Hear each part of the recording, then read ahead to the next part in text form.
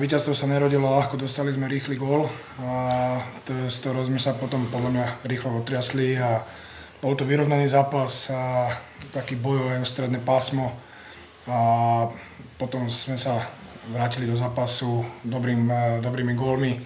Na záver sme si to skomplikovali vylúčeniami, ale ten charakter mužstva bol úžasný a perfektne zablokovaná strela Tomáša Marcinka a potom obránené 5-3. To bol taký asi kľúčový moment toho zápasu a už sme verili, že to dotiahneme do víťazného konca.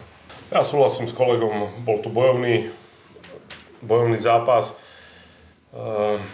Lámalo sa to v tretej tretine.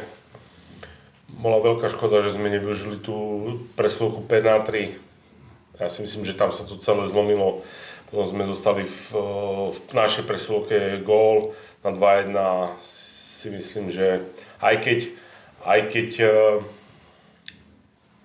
sme sa potom na konci nejak vracali do toho zápasu, ale to už je poznačené. Proste tam to máme využiť a my dostaneme z toho gól. Takže toto je veľká škoda, že takými vecami sa zražáme sami dole. No nič, neostáva nám nič iné. Ísť ďalej a bojovať ďalej. Ivo, bolo to dneska aj o tej vašej efektivite?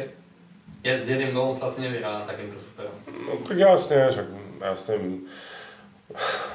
Snívali sme o tom, že to ubúchame na 1-0, že dáme v druhej minúte gól a ubúchame to na 1-0, ale asi proti takémuto superovi to je veľmi málo.